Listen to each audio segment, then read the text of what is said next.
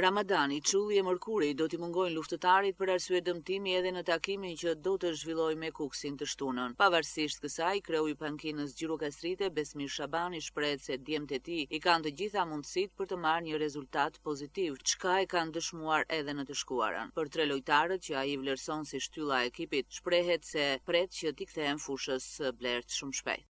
Normalisht ndeshja e radhës duhet vlerësuar. Është një ekip që është me moshë mesatare të re, si puna ekipit tonë. Kështu që na pret ndeshje e vështirë, ata kërkojnë pikët maksimale, gjithashtu dhe ne. Vlerësim maksimal për kundërshtarin, po jo mi vlerësim. I kemi të gjitha mundësitë për të marrë një rezultat pozitiv. I kemi treguar dhe ndeshjet e radhës që kur ekipi funksionon dhe zbaton detyrat, normalisht çdo gjë shkon shumë mirë.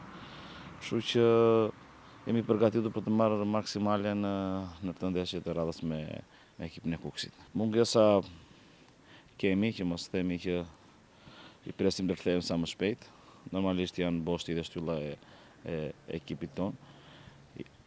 Janë drejt të riaftësimit dhe shumë shpejt besoj që do jenë në organikën e ekipit tonë.